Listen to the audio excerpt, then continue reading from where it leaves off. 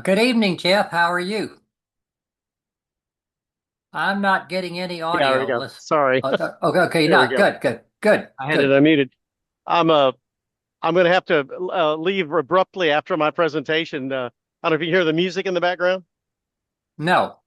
Okay, what? That's fortunate. I guess the noise canceling is working. I'm at the American Legion Hall in Round Rock.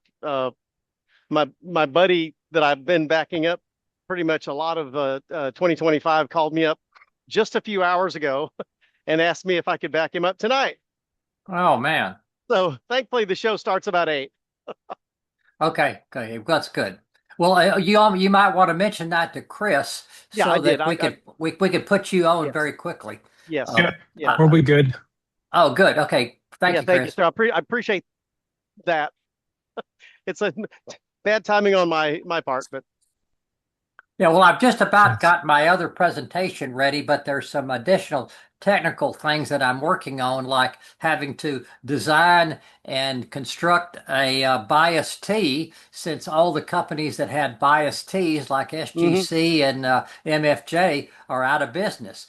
So yeah, yeah. I've actually designed and just about to finish building bias Ts that I can show as an alternate way for operating tuners at a remote site. That's Excuse me, guys. I'll badly be right needed. back. Thank you.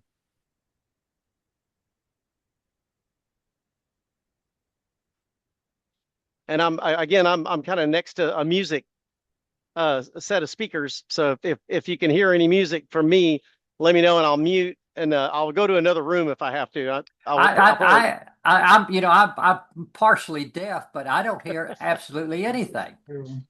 Okay. Sounds good. Okay. All right. Like I said, I will once I start doing the show. I'll leave here because this is a bar and I'm going to go into the back porch area. Hello, Joe.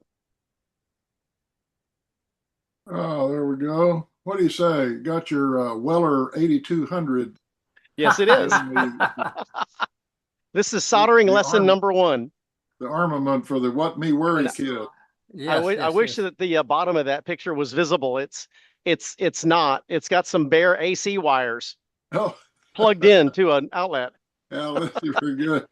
which goes Presumably to with this the soldering iron. yeah. Oh yes, a position I've been in many times. Yeah, it can be done, but you got to be careful. Yeah, when I joined ARL as a or DRL as an electronics technician trainee, I proudly told them. They said, "Can you solder?" "Oh yes, I've been soldering for years with a soldering gun," and that didn't go over real big. That is not a very effective way to solder. And of course, I learned very quickly how to use a Oh yeah. proper soldering tool at the Yep. right temperature. But I could just remember the look I got from the senior technician that was going to train me. Right. And I still have a soldering gun, and it's a last resort in the field. And it does just fine. But boy, you can't control the temperature except, turning it on and off to do a good solder joint. My favorite soldering learning lesson story. When I was a kid, the TV technician in our shop taught me how to solder basically. And he said if you're really careful, you can solder two pieces of solder together. And I worked on that for a couple of months, and I finally got where I could put the little nice bead between the two pieces of solder. Right. So if I flash forward 20 years, I'm working in some lab, and this wonderful Japanese lady who did all the soldering and all the board assembly and all this the stuff in our lab. I said, you know, if you're really good at soldering, you can solder two pieces of solder together. And she, without any hesitation, picks up two pieces of solder and goes, boop, you mean it like a die? Yeah.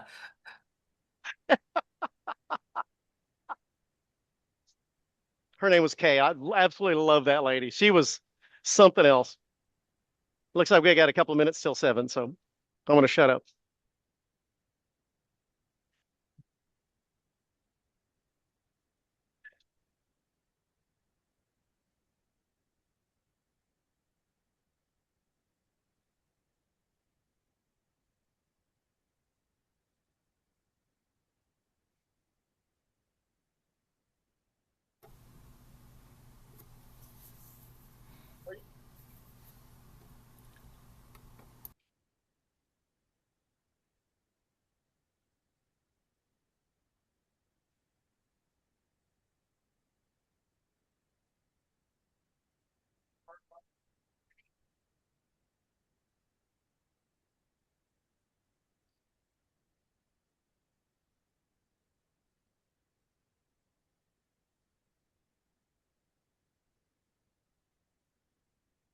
Give it another minute here and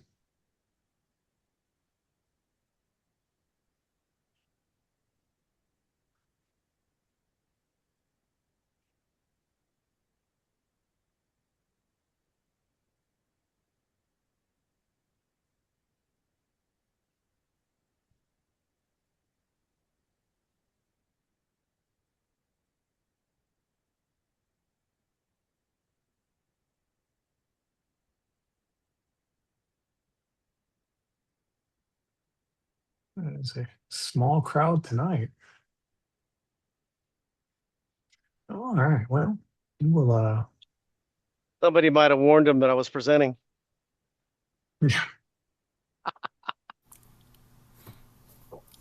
Happy New Year. Happy New Year, everybody.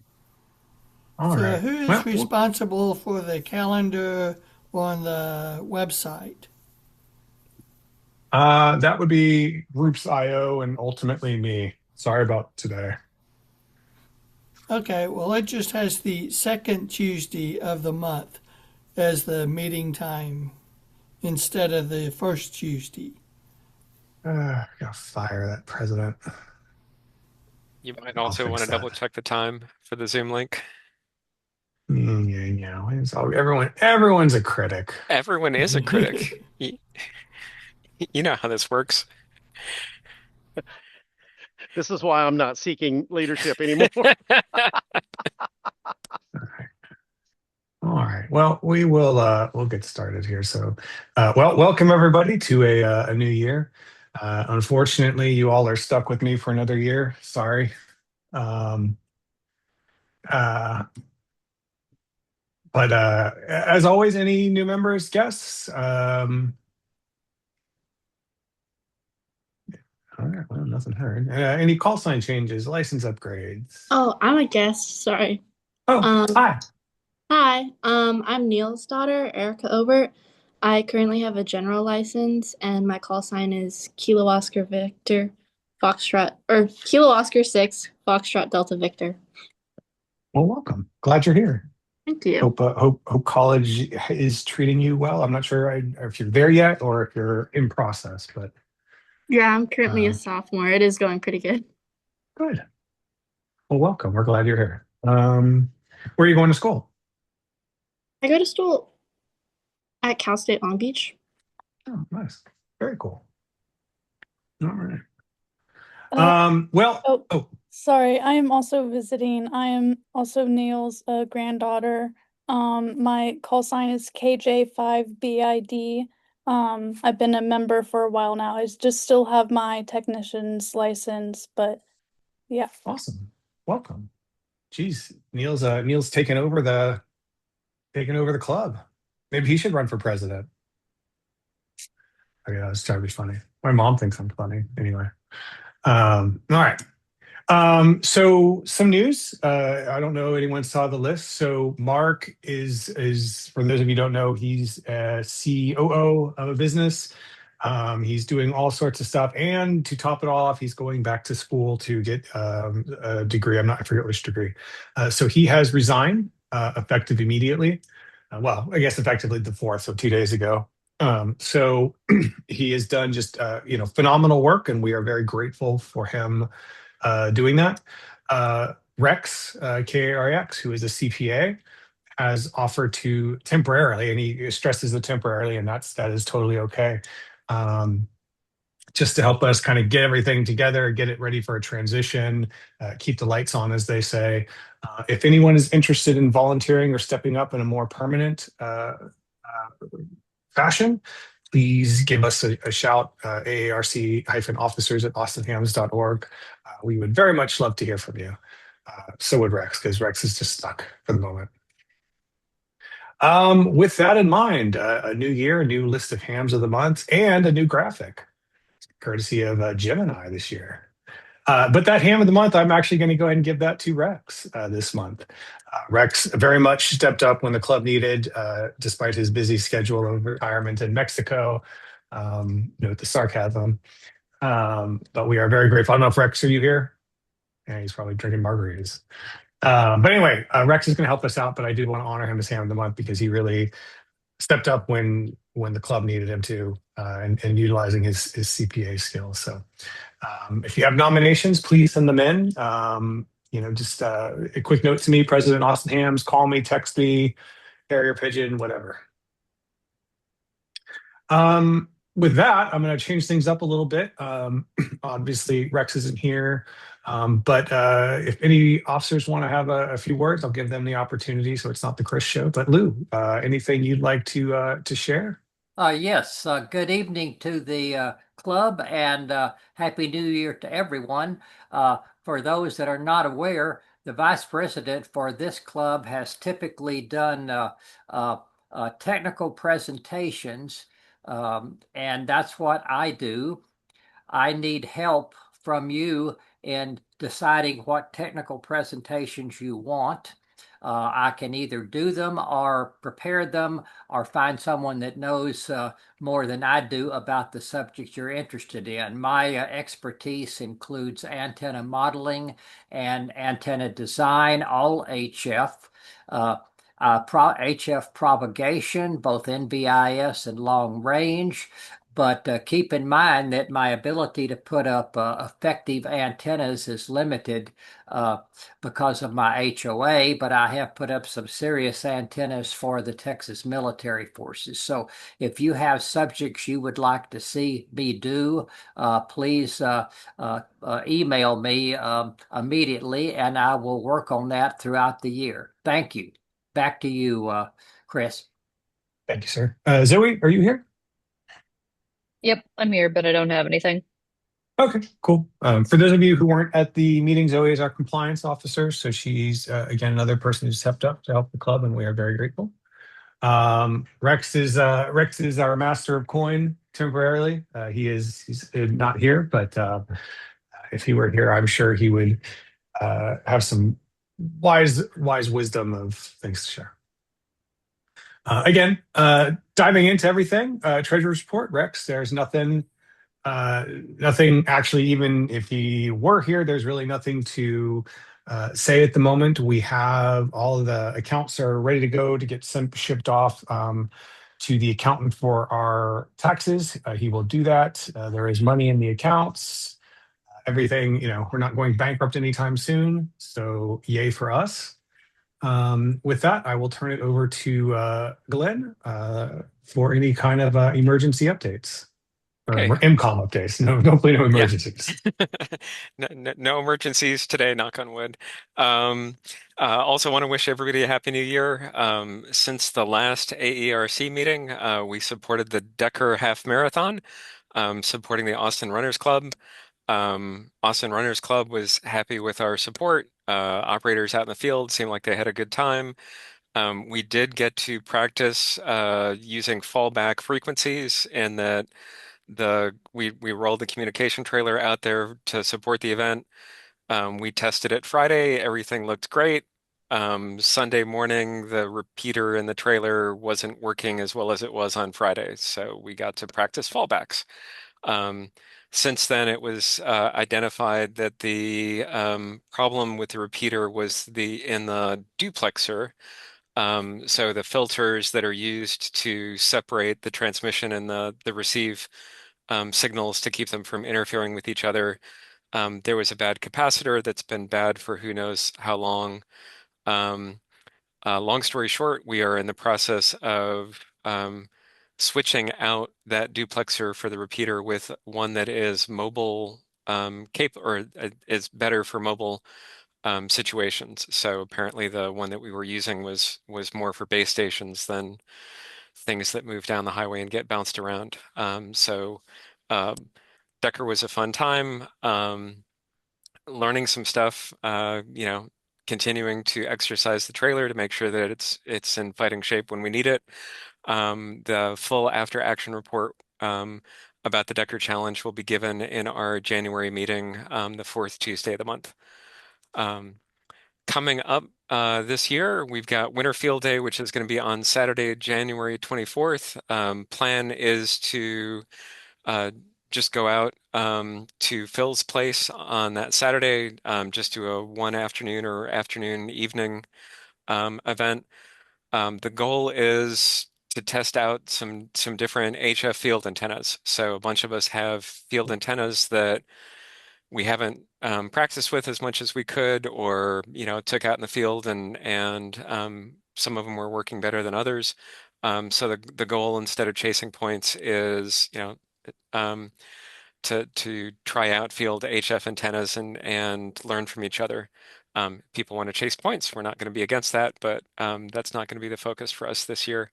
There will We be do some. have another focus. Yeah, we are going to grill some food, I believe. Well, we're in communication in the planning stage. Let's put it that way. So Okay, there may be some other stuff barbecue that's brisket is on the tentative menu. fantastic. Um, Goal is to go out, have a good time, play with some HF radios, eat some good food. There might be some students running around, keeping us on our toes. More details will be out on that shortly, when we get things nailed down.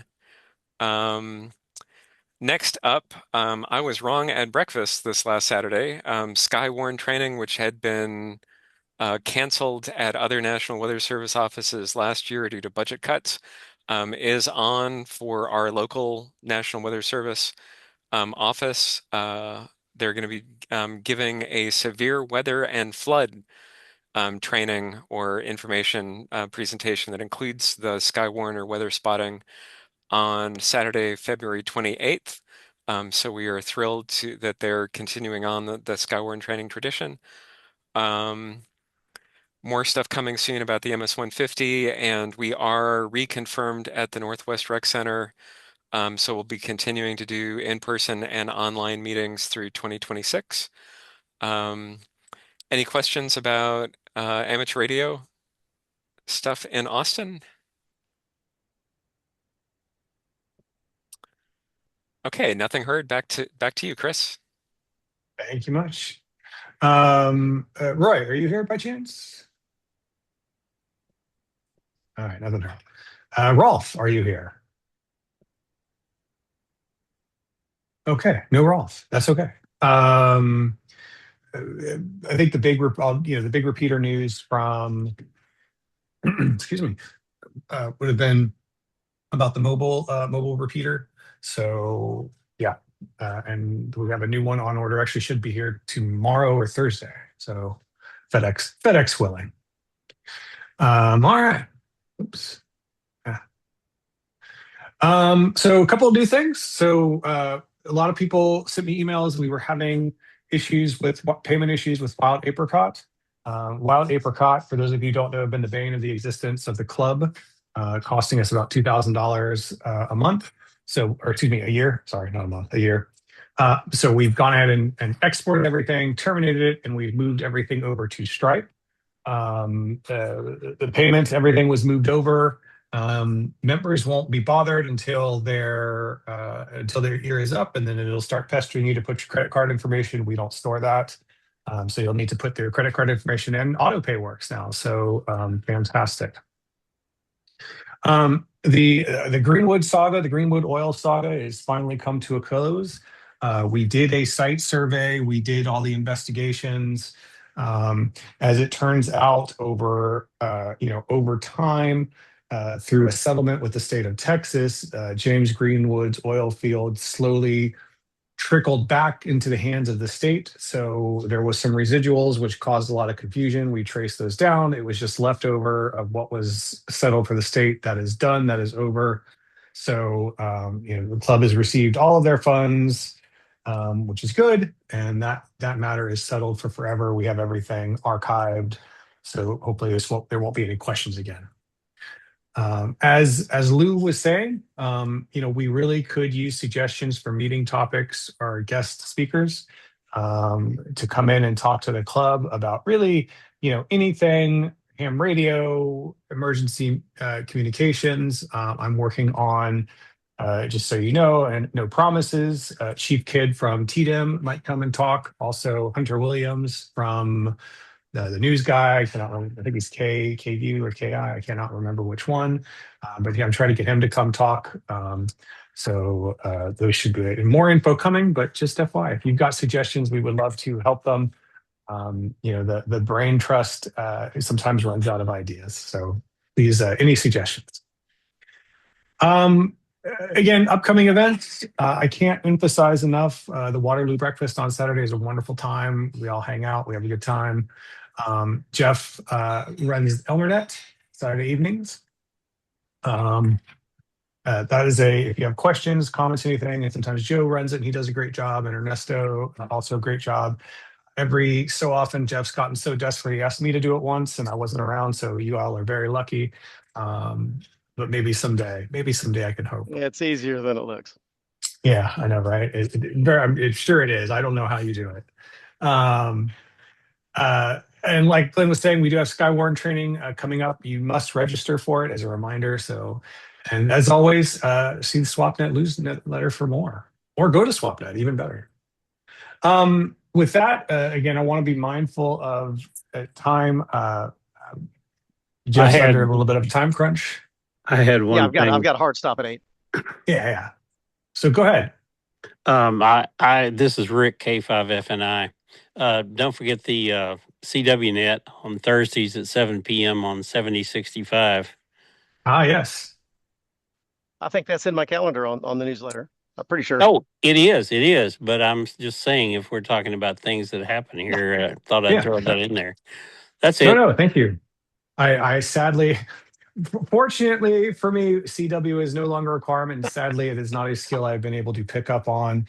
I think the only one I know is SOS. So, which I suppose if you're going to know one, that's the one to know. Anyone else? Questions, comments, anything? All right, nothing heard. Well, with that, we'll flip the order here a little bit. We'll start with Jeff to present, and then we'll move on to the solar weather update. So, Jeff, you're up.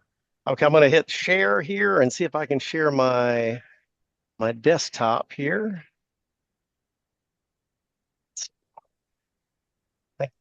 You don't look like Alfred. I don't I? Is it starting to show up yet? It's the glasses. He needs the horn rimmed glasses. Yeah. We got your screen, All right. Jeff. Is that full screen now? Now it is. Looks good. Okay, here. great. All right. Well, hi there. I'm Jeff. I'll be your entertainment tonight, both here and at the American Legion. A buddy of mine asked me to back him up here for karaoke show, so I'm going to do that here at 8 o'clock. So thanks for letting me present here. I've cleaned this up and modernized it a little bit with a little bit of Captain Kirk and Mr. Spock over there working on some sort of digital device.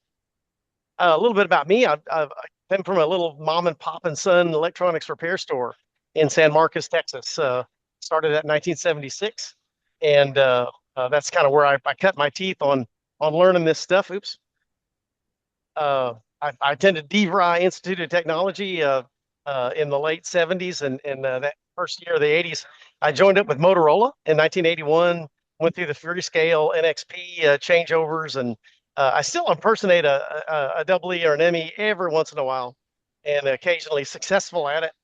I've been an amateur radio operator since 1988. I had an advanced class license back then, and I got the extra in around 2000 when the FCC reduced the Morse code speed requirement. Much like you, Chris, I just couldn't make it anywhere past 13.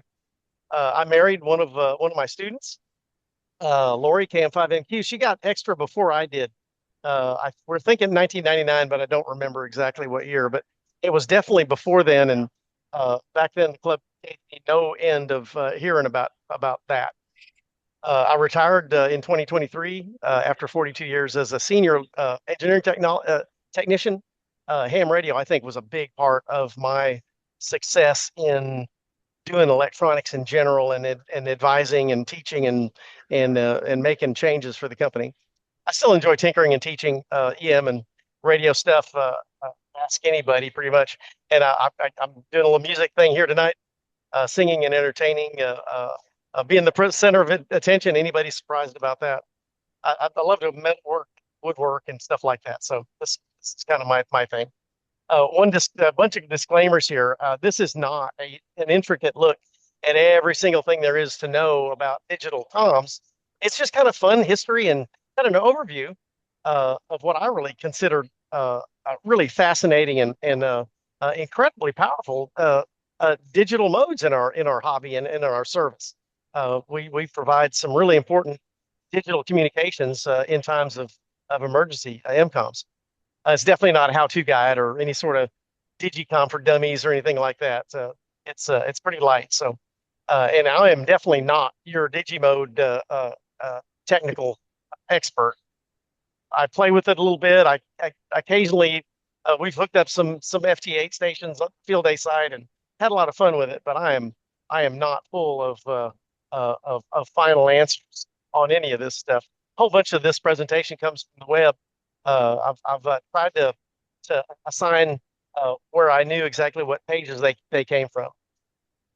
So big news as of 2023, Federal Communications Commission, FCC, uh, uh, eliminated the old incredibly tight uh, uh, uh, uh, emission restriction on HF. It was 300 baud, 300 characters per minute, I think, uh, uh, on all the HF the amateur radio HF bands.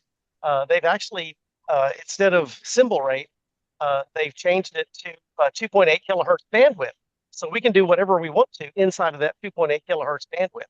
So that's a big change and makes a huge difference in high speed digital mode communications. Let's see here. So why should you try digital? Well, as pretty much any kind of experiment goes in ham radio, it enhances international goodwill. It helps advance our radio art. Again, I restated the baud rate limitations to bandwidth limit. Let's see here, and by the way, the FCC already allowed well over 300 baud on HF when there were actual MCOM events using PAC4, which I think is pretty much even past the 0.8 kilohertz bandwidth. I think it is anyway. Most digital modes, the signal to noise ratio with is down way down in the minus 20, minus 30 dB. This is way better than your typical voice and even Morse code, especially with the poor signal to noise ratio conditions. Generally speaking, there's less bandwidth with some of these digital modes, especially the slower ones that are very narrow bandwidth than voice modes. Once it turns into digital, it can be automatically stored and forwarded. That's a really important thing. You think about traffic handling and passing a 610 form or an ICS form by voice. This does it digitally, and it's absolutely error free. A lot of the things that we've done over the years to keep voice messages transferred with minimal errors. Well, digital storing and forwarding does that automatically. Another thing it does, it enables antenna compromised stations. If you can't put up much of a big antenna, you got an HOA, you can't afford a big high powered station, your low power QRP on field stations with a buddy pole on a park bench somewhere, that particular station can literally work stations around the world using some of these really cool narrowband digital modes. And you can even do Earth Moon Earth bouncing of signals using moderate power, using some of these really advanced digital modes. Most of our modern computers are powerful enough for some really sophisticated signal processing, and pretty much inside everybody's budget to have a couple $100 computer that can do these sorts of things. And no need to go buy a new hardware set. Most of the updates that you'll get is going to be in software. Just a new version of the software gets you some really advanced capabilities. And then you have access to most of these modes through just a whole ton of open source and free software that's supported by people that give of their time freely. It's just amazing Any other reasons that anybody can think about that I haven't come up with there? I think it makes a crusty old codgers cringe. Oh man, back in my day, I had to get a number two pencil, and uh, that ain't ham radio, that sort of thing. And it might even keep some of our youngsters off TikTok. TikTok. I don't. So another reason, what better way to keep your station abreast of science? Space. The International Space Station has voice and digital amateur radio. There's a picture of one of the antennas there on the side of space station. This has been years ago, of course. If you want to find out more about it, those URLs there at the bottom of that picture are where to go. That red arrow, of course, points to a VHF antenna. Looks like kind of a ground plane or some sort of monopole antenna with a ground radials. The radios are used for both voice and digital communications. The space station goes over quite often. It orbits the Earth every 90 minutes, so it goes over quite often. There's a 1200 baud FM packet station on board. There's an FM crossband repeater. There's the frequencies for it, and they do slow scan television pictures back and forth, which is really interesting. There are some updates. I'm not going to go through all these details, but go have a look at ariss.org and have a look at the details and the latest status of the space station. Our first radio digital mode was Morse code, CW. Simple on and offs, one a little shorter than the other, one a little longer than the other, and spaces in between those individual bits of information. Initially, it was from the wireline telegraph days, where wired telephone poles, basically, telegraph poles, were put up, and wires went from city to city, and it really wasn't meant for humans to actually interpret at the first part. The file, if you will, was saved as holes or ink marks or bumps in ticker tape. That's why they call it ticker tape. Is as the receiver would click on and off, it would put marks on the ticker tape, and they would read from those messages and transpose them and send messages on around the world, or read the stock market or the newspaper literally right off of the ticker tape. Eventually, the operators could tell the characters, the A's, the individual letters and numbers and things, so they didn't need the ticker tape anymore. So that brought out the person that has the piece of paper that's writing the stuff down. Morse code, CW, a continuous wave. It's actually a continuous wave that's interrupted by spaces. It still does provide superior coverage to voice modes, especially when it's really noisy.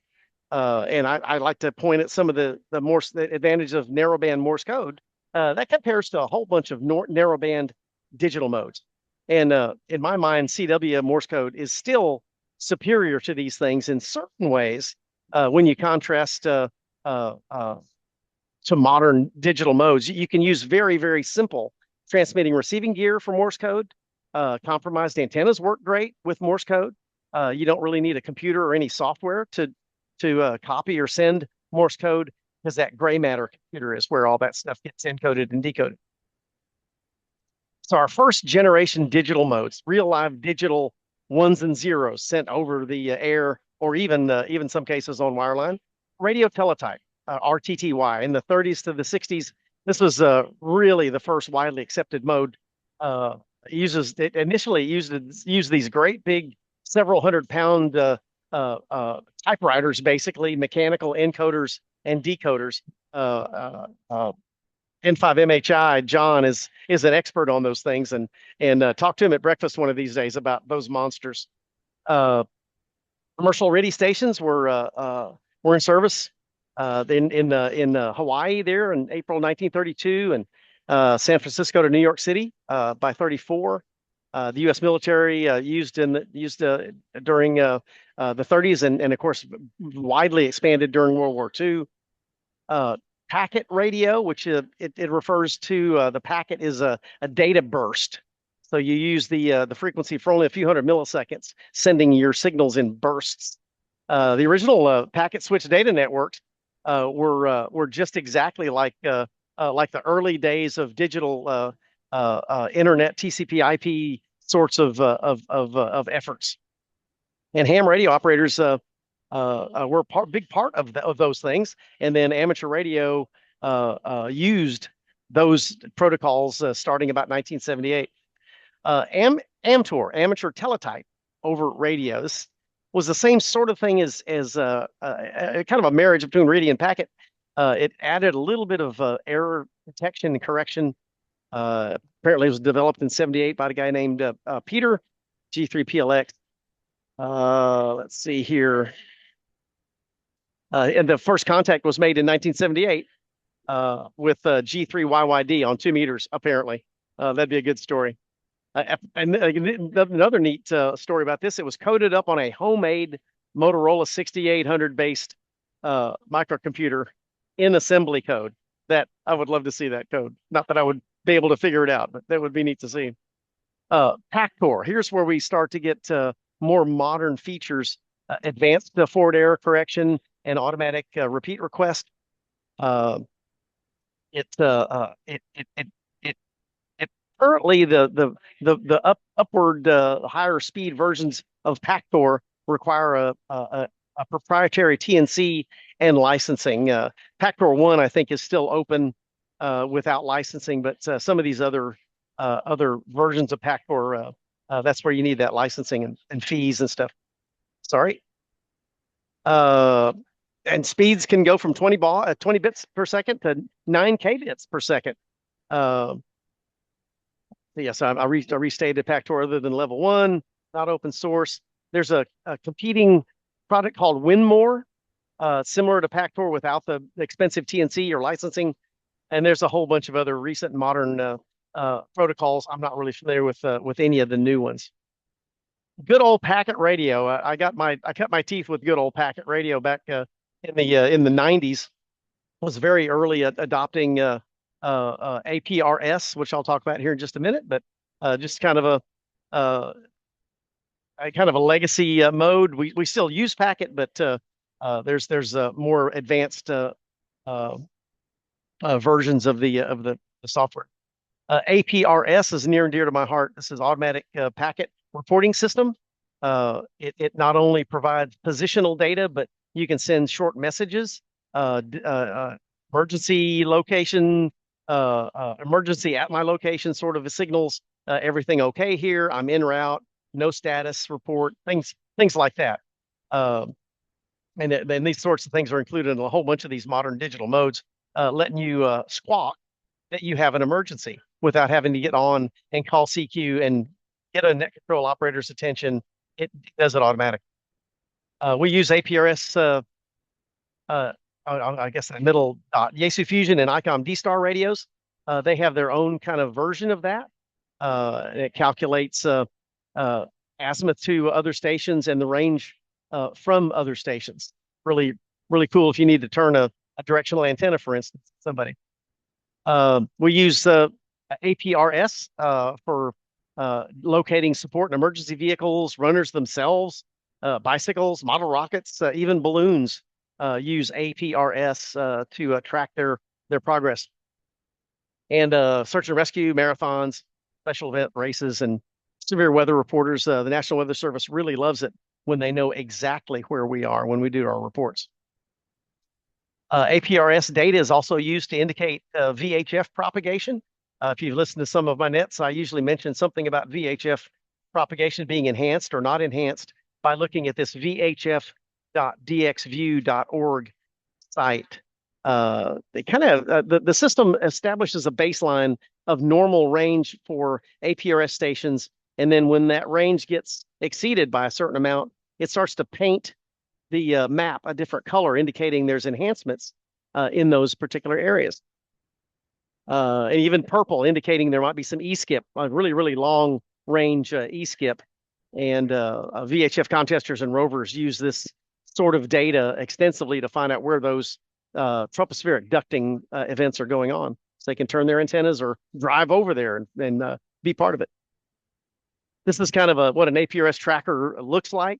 The club has a whole bunch of these on the left. That's Yaesu FT, oh boy, FT 1500, I think, 2-meter FM rig. That blue thing is basically a terminal node controller, a TNC, and there's a GPS receiver outside of that box that and a 2-meter antenna that's hooked up to the 2-meter radio that allows that thing to get GPS data and retransmit it out on the air.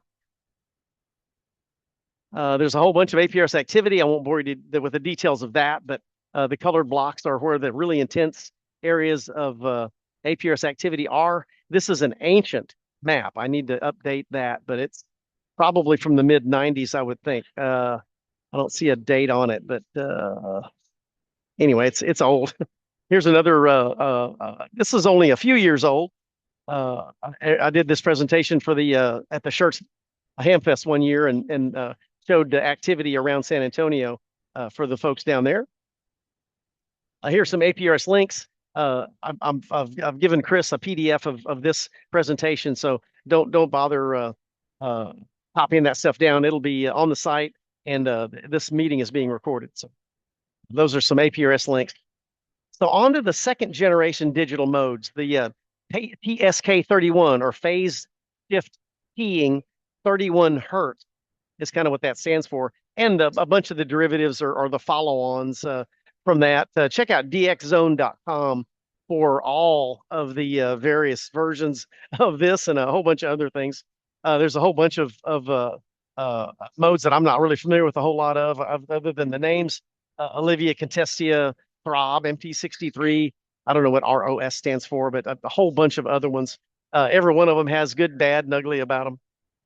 Most of these second generation modes will allow you to type a message to somebody and receive that message back. There may be even like a broadcast mode where you can send a text message to everybody on the frequency, for instance. There's that window there with the 14070 is from, I think that's multi PSK or something. It's a program that has got a whole bunch of different modes in it, and it'll automatically control your radio, changing the mode and the frequency automatically. These signals go around the world. If you transmit it on one HF, you can actually find out how your particular signal is being received on other sites around the planet. As a matter of fact, you can prove that the world is round, or support the evidence that the world is round by these particular modes. Send out a signal and find out where it's being received. If you have a directional antenna, you can tell that your signal is being pointed in a certain direction, and find out how your antenna pattern is actually being dispersed throughout the world. I guess that's all the. So it summarizes everybody. Your own, you can customize this map to look for other people's signals, only that one exotic DX station that you're looking for. And then regardless of whether you perceive that the band is dead or not, always call CQ. But voice, Morse code, digital mode, always call CQ at least once, and then maybe 3 or 4 or 5 times, just to kind of seed the data network to maybe go back and look and see where your signal was heard. Maybe later on there's a lag or something. So anyway, pskreporter.info, hf.dxview.org is another really great site for summarizing those things. So our third generation modes, where we're sort of at now, I think we're kind of at 3.5, maybe almost 4th gen. But these new modes like JT65, FT8, they are rivaling, and in fact, they are a bigger player now, I think, in field day than radio teletype, which has been king for so many years. RTTY, RTTY is very easy to implement. It's a very easy mode. But these other narrow band digital modes, just you're able to work with a much more modest station than you can with a typical wideband digital mode. The WSJT-X software bundle is how you would start, I think, on these things. This is absolutely brilliant work.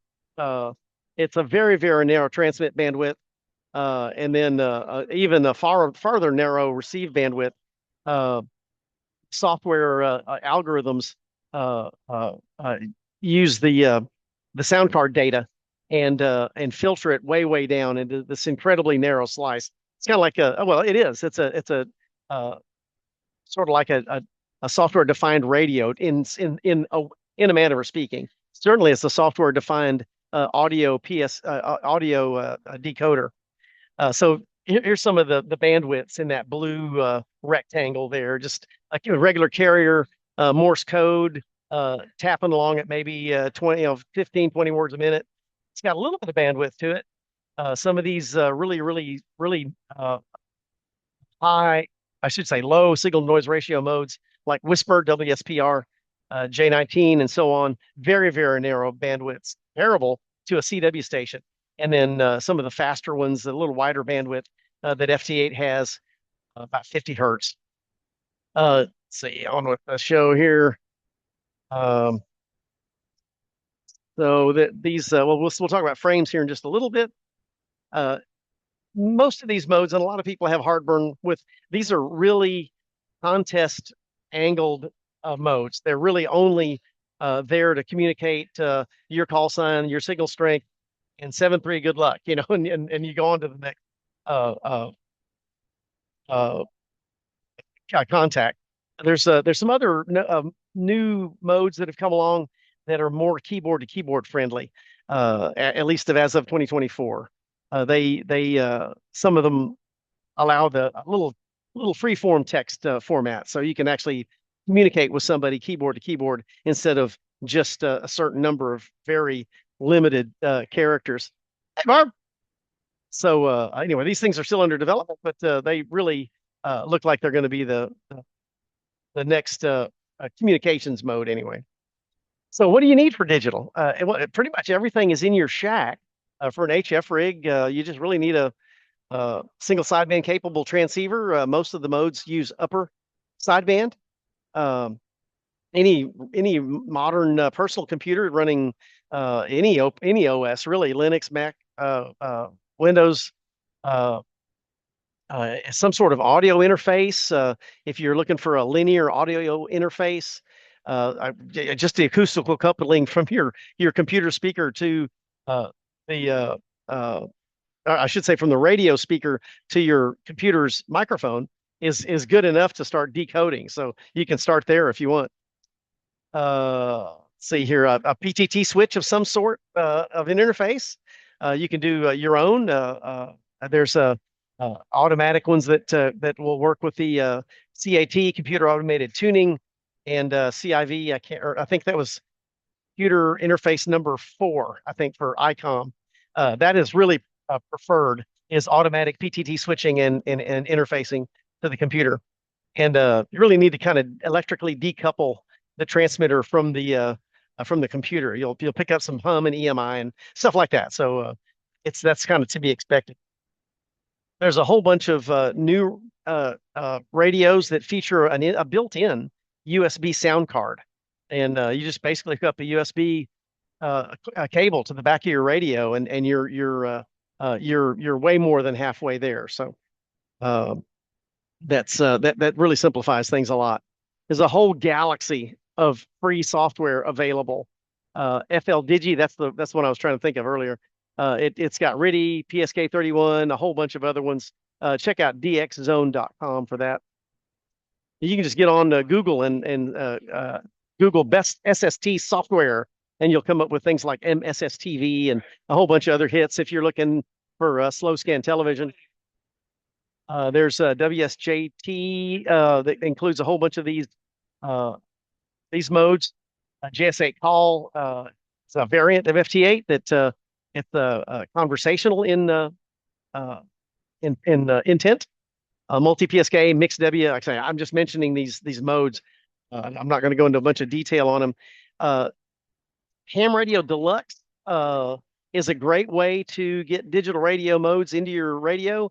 I think it's like $40 or more a year, I think now, or maybe it's a one-time thing. Anyway, there's a fee to the new ham radio deluxe, but if you're looking for ease of use, that's probably the easiest way to do it.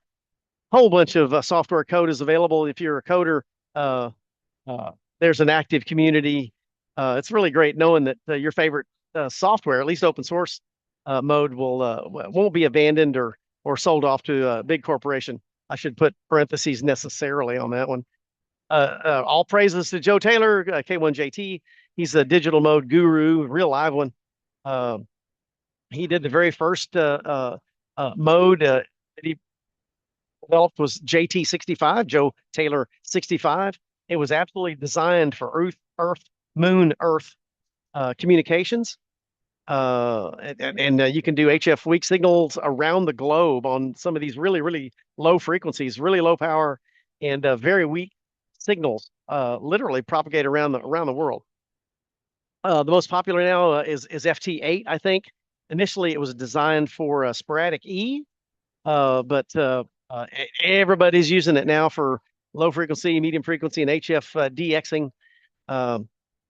There's a whole bunch of interest in FT8 and all these other modes. FT8 is named for Stephen F. Frank and Joe T. Taylor. So FT8, and the 8 indicates that there's. Hey, brother, doing a little nerdy presentation. Yeah, it will be at 8 o'clock. The 8 talks about the mode's 8 different frequency shift keying formats. It kind of has a warble to it if you listen to it. There's some really good sources here of information about JT modes that work the world with JT65 and JT9 is a really good article. A whole bunch of articles by Joe himself, Steve, Bill, just work the world with WSJT-X in QST. And if you download any of the Joe Taylor JT65 FT8 sort of software, I definitely would direct you to physics.princeton.edu. Don't download it from any other place. So any of the hits that you do search for, make sure that the end URL that you're downloading from has physics.princeton.edu and looks somewhat like that gobbledygook there at the bottom of that page. So this is what blows my mind. This is from Field Day, I think, one year. Just absolutely marvelous way that this software works. I call this packing them in. Have a look at the numbers at the top of the white strip: 500, 1,000, 1,500, 2,000, and 2,500. That's hertz. 500 cycles per second, 1,000 cycles per second, 1,500, and so on. That's basically the width of a human voice emission. So in one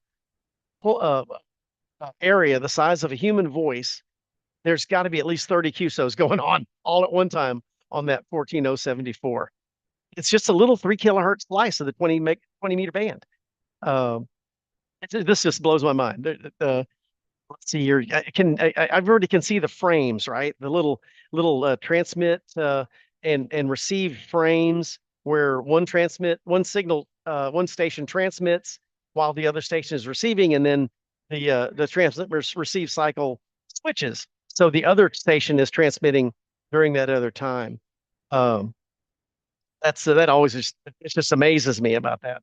And this is just a little closer look at that. It's nothing different, but I've always been impressed that there's that many QSOs going on all at one time. And here's what the control window sort of looks like for that. On the left, there's the band activity in the entire window, and over on the right is the traffic that's just in that 2,200 hertz received audio frequency. So that's kind of what the control window looks like. So I won't bore you with details on this because it is quite involved. Some of the technical details of some of these modes, and I frankly I don't understand a whole bunch of these particular specs, but they're just kind of there for reference, comparing the different different modes, and just the bandwidth this kind of sticks out to me, and the baud rate, things like that are that's what sticks out to me. And oh, well, of course the signal to noise ratio over on that far right hand column, signal noise ratio is down in -20 to -28 dB thresholds. You can't even hear that there's a signal being transmitted, but the text is just printing right across your screen. It's really important that your computer is synchronized to within 1 second of UTC. These over transmit receive windows have a very tight timing tolerance. So you'll have to either synchronize your computer somehow on the internet, or some sort of time standard. I guess this is that same graph that I had earlier, just indicating the bandwidth, comparing a single carrier, which almost has no bandwidth to it at all. It's a very big peak and with no modulation to it. Morse code, there's a little bit of modulation, sidebands coming up above and below. And then as we go to the right, the bandwidth gets a little wider and wider. FT8 being right at 50 hertz, 50 hertz of bandwidth. This blows my mind. That's here's kind of another look at some of these modes. If you have a spectral display on your radio, or if you have one of those cheap DSP dongles that you can program to receive different frequencies, you might look at some of these modes and wonder what they are. Well, if they look like these things, that's what you're looking at. MFSK, multi-phase shift keying 8. There's 8 of the individual little tones that warbles through with that. Olivia has a kind of a sparkle to it. You can see it doesn't spend a whole lot of time on any one frequency. It sparkles. And radio teletype, there's 2 distinct carriers, being a 1 and a 0, or a mark and a space. PSK 31, there's that little sideband looking modulation wave shape. Thor, I don't know exactly what Thor does. And then some of these other displays. Hey, Cindy, I'm doing my nerd presentation, so I got you on speaker, so be careful. Please don't. All right. All right. People are starting to feed in here. So further digital modes. Again, I think this is kind of where we're in the 3.5, or almost Gen 4 of this stuff. Is WinLink, VARA FM, VARA HF, and data emergency communications. WinLink being around, of course, since the 90s. AX25 protocol baud rate on VHF is about 1200 baud. VHF, UHF, it's a lot faster now with VARA FM kicking up the speed, I think, in the order of 9600 baud. VARA HF does the same sort of things with the same sort of enhancements on HF. So in that 2.8 kilohertz window, really high data rates can be enjoyed. There's a URL there if you want to look up some of these things and get more education on these subjects. So radio email, that final bullet, we use radio email to support some of our communications partners. Mars, I don't know what UK cadet is, but I assume it's the United Kingdom something. The Red Cross, both Austrian and ours. The U.S. Department of Homeland Security shares, and other MCOM groups. We use these modes at this very day to help them communicate. And of course, digital modes, we're really starting to get into really advanced P25-like digital mobile radio modes. Yaesu Fusion being probably the one most popular in our area, although there's some D-Star repeaters that are quite numerous these days. Lots of systems that offer P25 and DMR radio capabilities, meaning you can hook these things up to the internet and very easily link other stations and other repeaters and other radio operators literally around the world if they have an internet connection. There's a thing called free DV, free digital voice, which is an open source digital voice mode that's most popular on HF, but it can work on anything that that'll allow the bandwidth. There's a voice over internet protocol with Echolink and Allstar being the most commonplace. Most of this stuff is on VHF or UHF, but it can work on HF as well. There's digital slow scan television, which offers if you've got a good solid copy of a station, you can get almost perfect images from somebody using slow scan digital television. I think I've covered most of them. Moto Turbo is a new slide addition, and that's some eye fodder there if you want to look at it later on. All right, I've gone about 5 minutes for questions, and there are no dumb questions. If anybody has got something to ask, I'll be glad to entertain it.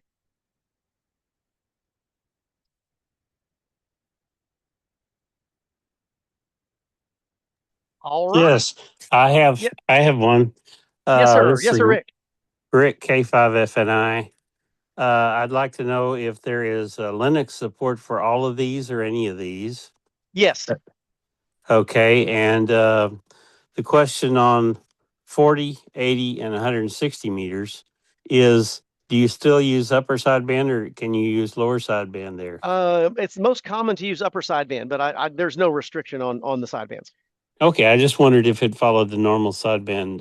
Yeah, it's mainly upper sideband. Okay. And I'm thinking about, I don't know what the translation would be if you try to use lower sideband. I don't know. I've not ever tried that. That's an interesting question.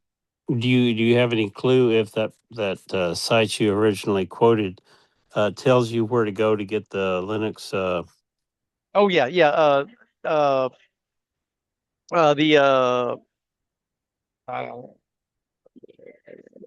Let's see here. Where am I? That is up to you. Yeah, I'm sorry, I don't know how to get the screen it was something back. something like Digicom or something like that.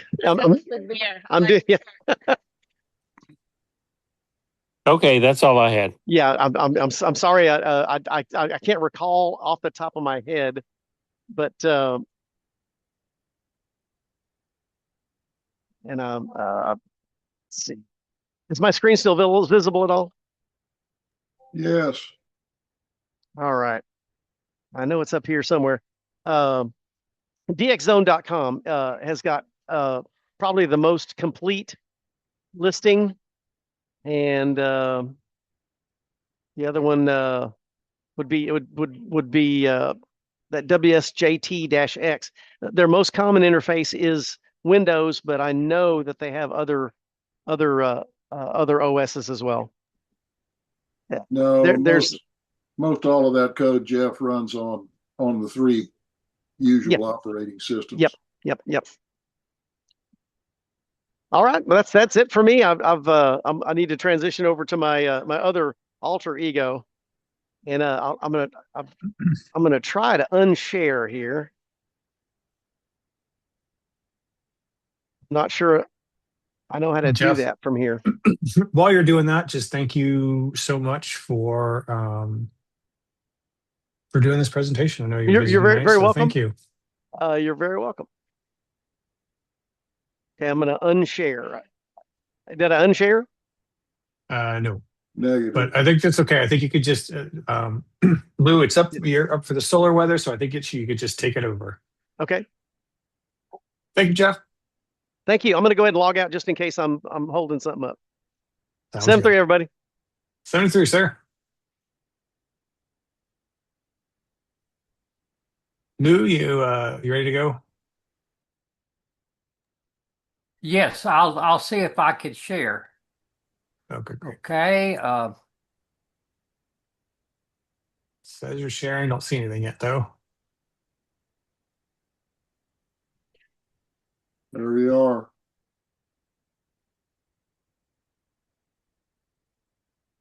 Well, is anybody seeing my screen? Yes, Yes. we're good to go.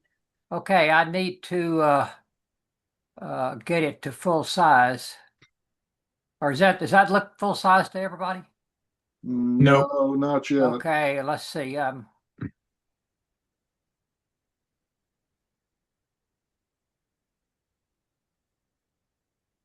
So how do I get it to full size? I'm not familiar with this version.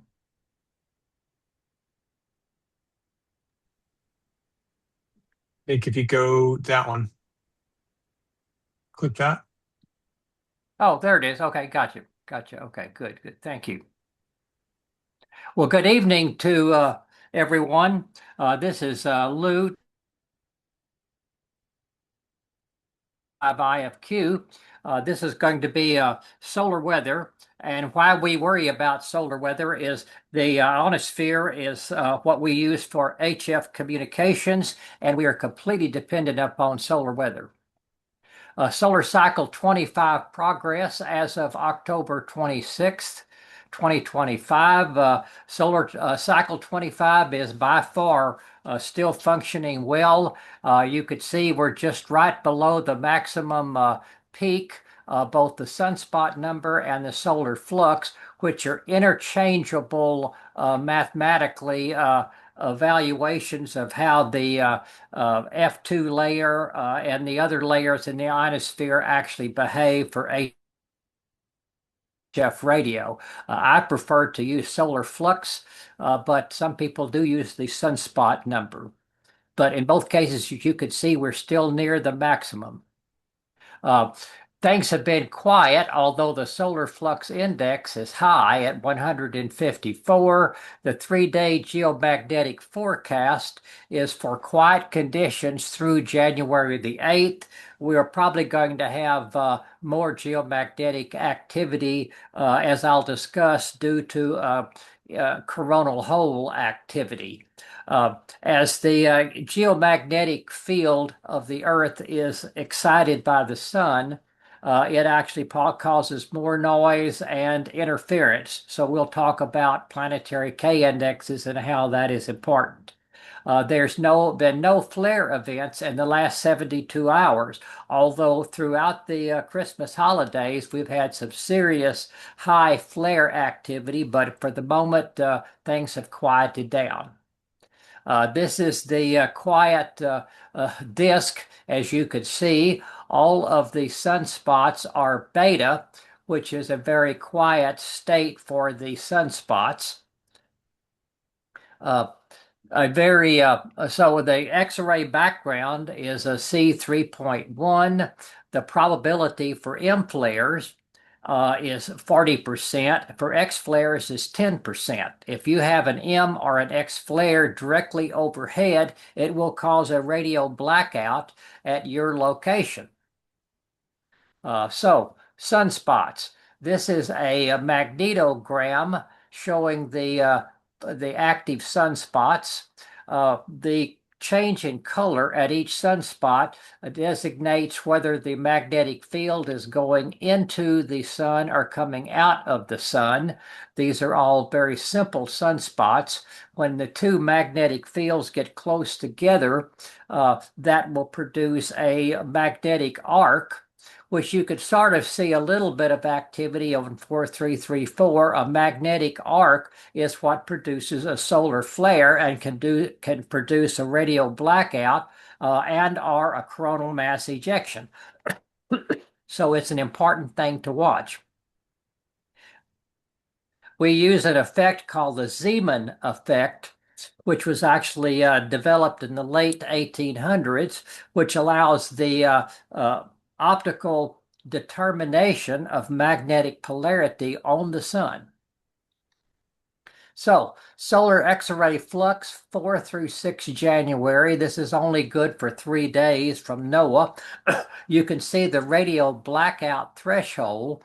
And none of the sunspots, none of the flux, X-ray flux have gotten into that point.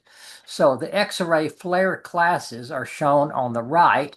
You can see A, B, C, M, and X. Of course, a X-ray flux, an X-ray from the sun is a radio wave. It takes 8 minutes to get to the Earth. We don't know it has occurred till it occurs. When it gets above the black line, the red line, and if it's directly overhead, it will ionize the D layer and will prevent you from sending a radio signal from your station bouncing off the F2 layer and back down to your receiving station. Typically, these X-ray flares don't last too long, but fortunately, NOAA provides us a good way to evaluate that. They provide the D region absorption prediction plot. This plot comes up within moments of a large flare. You can see this was at 1300 UTC. There was some solar activity between South America and Africa, but really not very large intensity. An actual solar flare would be bright orange in the center of that. And the amount of absorption of your radio wave at that location can be seen in the bar graph on the right. So this is an important plot. If you're an HF operator and there are solar flares in your area, this is a good way to evaluate whether it's going to affect you. The first time you experience a radio blackout or an intense solar flare, you'll go out and see if your antenna has fallen down. It is a very sudden event. You're talking away on a net or talking to someone HF bouncing off the F2 layer, and all of a sudden there's total silence. And it's because the X-rays have gone to the D layer. I'll show you a plot of the ionosphere in a few minutes, and your radio wave can no longer get through the D layer to bounce off the F2 layer. And of course take the same path to your receiving station. So suddenly there's a radio blackout. This is a great plot to go to see what's going on and for how long it's going to last. Earth's geomagnetic field.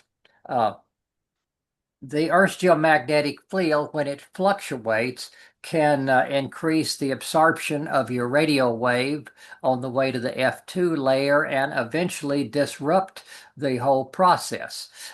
This is a measure of the measure of this disruption is the planetary K index.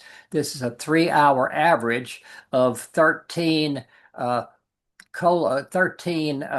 magnetic observatories located all over the Earth. And once this 3-hour average will give you an idea of the planetary K index. As you can see, when the planetary K index gets to 7 and 8, it's going to start causing HF sporadic behavior, and above 9, you'll have effectively no propagation in the 40-meter band. Geomagnetic conditions for today, Bravo Zulu, the solar wind, is the intensity of the sun's well, let's just start over again. The sun produces solar wind all the time. And this solar wind has a polarity. It's either negative or positive. When the solar wind impacts the Earth's geomagnetic field, it either couples to the Earth's geomagnetic field or opposes it. If it opposes it will actually reduce the Earth's geomagnetic field, which will allow harmful radiation into the Earth's geomagnetic field and increase the planetary K index and disrupt propagation. So in this case, Bravo Zulu is a positive 0.8 nanotesla. The speed of the solar wind is 378 kilometers per second, where 360 is normal. The density is 11.6, where 10 protons per cubic centimeter is pretty standard.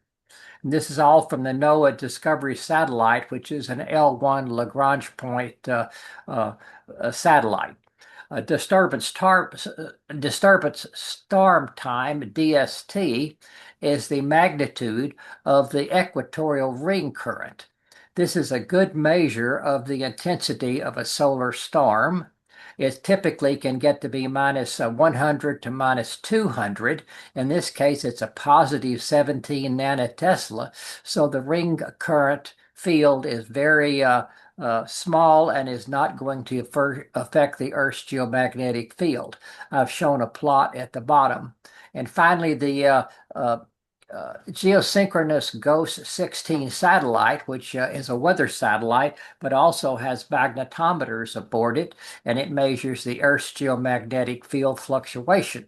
It should be a quiet sinusoidal plot, as you see at the beginning of this plot, but there's also some kind of indication of a small impact. We've had a couple of small coronal mass ejections, and this is probably a near miss from one of them, but it really has not affected the planetary K index. So this is just another way we can actually measure geomagnetic field activity. Coronal holes. A coronal hole is a weakness in the sun's field that allows higher than normal wind speed to leave. When a coronal hole is facing the Earth, it will produce higher than normal solar wind, which can affect the Earth's geomagnetic field and produce detrimental propagation. It looks like coronal holes number 12 and 13 are moving into an Earth-facing position and will produce increased planetary K-index and some reduction in propagation in the next several days. Let's talk a little bit about how the ionosphere is created. The ionosphere is created by a function of gravity and solar radiation. Gravity allows the atmosphere to get thinner as we go up in altitude. At about 350 kilometers, the Earth's atmosphere is so thin that the monoatomic oxygen can be disassociated by solar ultraviolet radiation into electrons and ions. The electrons are actually what cause the reversal or the reflection of the radio waves at the F2 layer. As we go down in altitude during the daylight hours. Okay, finally, let's go back layer at night. The F2 layer remains because the ions and electrons are so spaced out in this very thin atmosphere that they can't completely reassociate during nighttime hours. So we have propagation even at night. As we go down in altitude, the F1 layer is produced during the day from extreme ultraviolet radiation and ultraviolet radiation from the sun. The E layer is extreme ultraviolet and soft X-rays. And then finally, at about 100, I guess that's about 75 kilometers, the D layer is produced by Lyman alpha radiation and hard X-rays.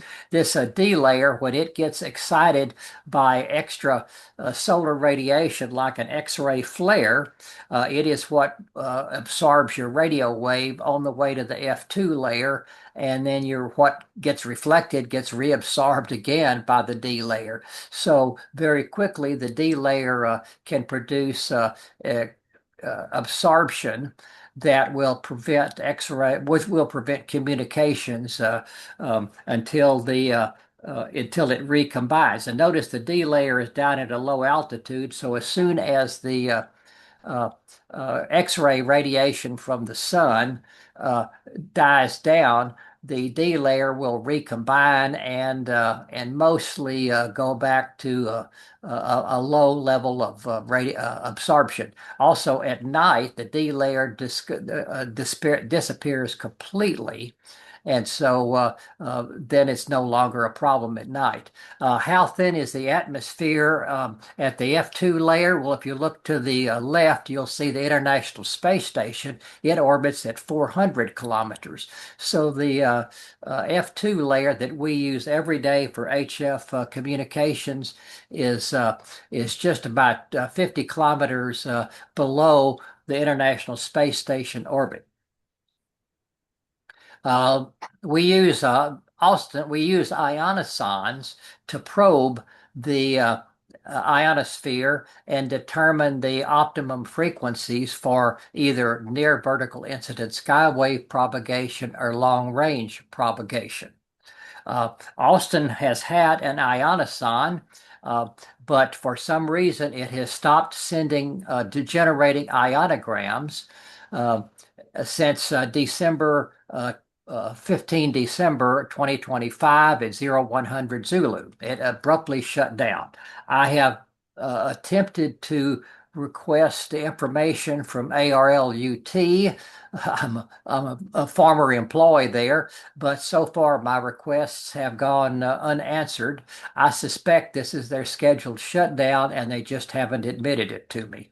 So I recommend all those that want to use the Odysson to determine the optimum frequency for NVIS and long range propagation throughout the day need to move to the Eglin Air Force Base Ionoson EG 931. So there's a very good program called Gabbit. You can find this on our Region 6 Army Mars website. It basically is a plot of the time of day versus the critical frequency, FOF2. And as you can see, during the daylight hours, the critical frequency will be as high as 11 megahertz. As soon as the sun sets around 100, the critical frequency will drop to 4 megahertz, and then it rises as the sun comes back up around 12 to 1300 Zulu. This would be the frequency you would want to operate at for statewide NVIS propagation for emergency nets, rag chew nets, etc. So you'll move from, goodness, you know, 8 or 9 megahertz, which at 7 megahertz would be your best case unless you're operating at 10. But notice it's not as high as 14.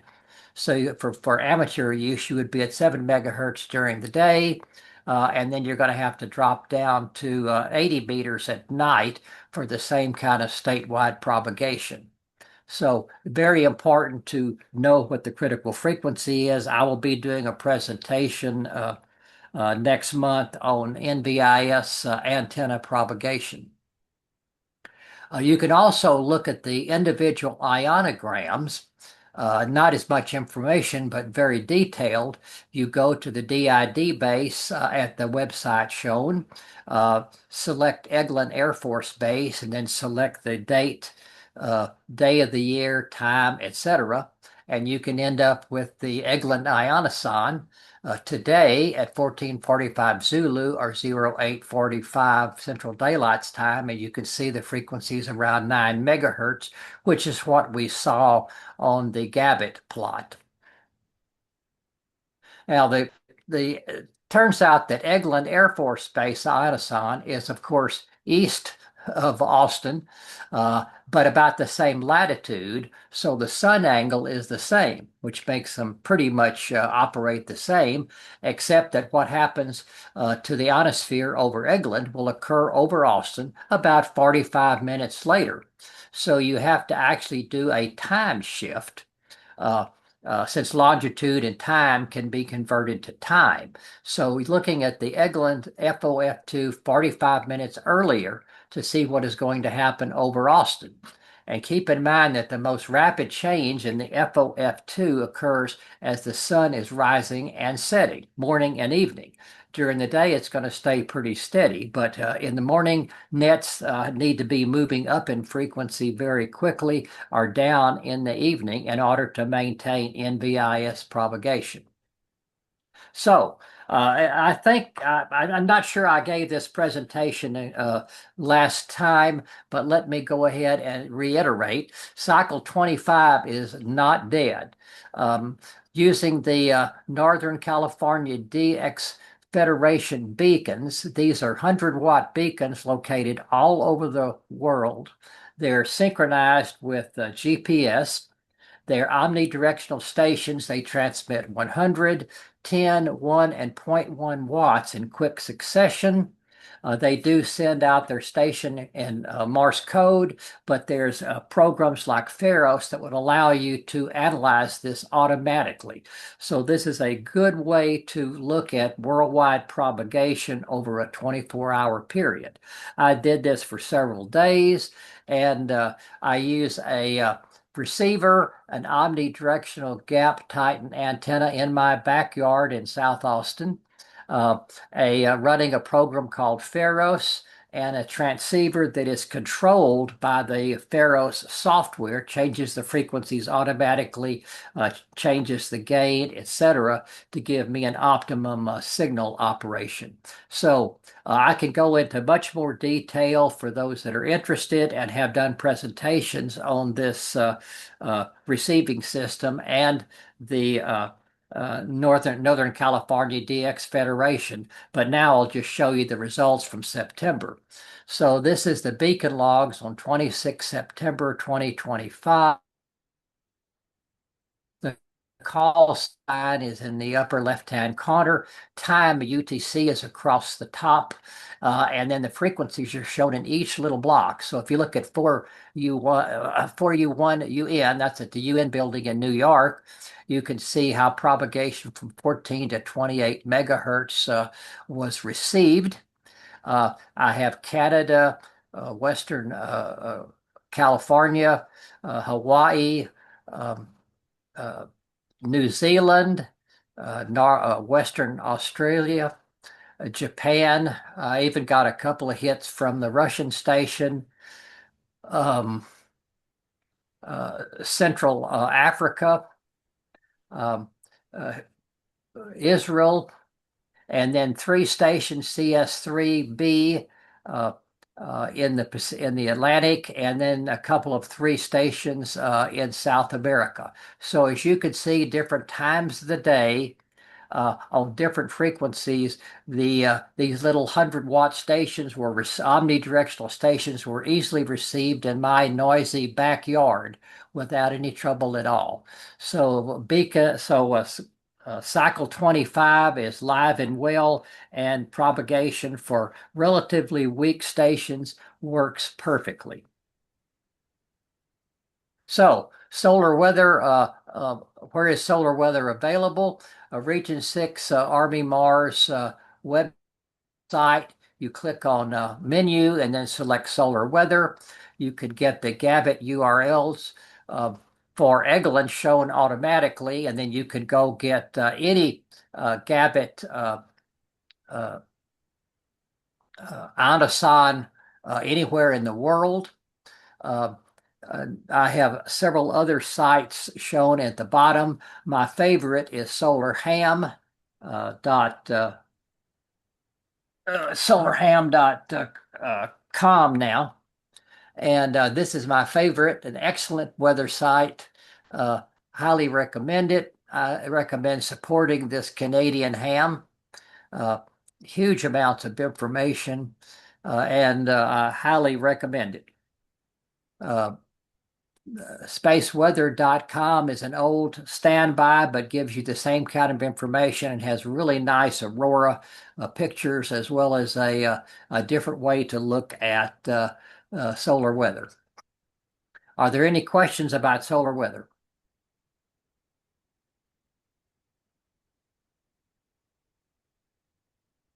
No questions heard. Back to you, Chris. Thank you, sir. As always, thank you for a really good presentation. Well, that is it for the meeting this week. Thank you all for coming. If anyone's got anything else, questions, comments, anything for Lou, for me, for Jeff, he's gone singing karaoke. I think he should have live streamed that, but all right. Well, cool. Well, thank you all. Have a great rest of your week. 73. 73.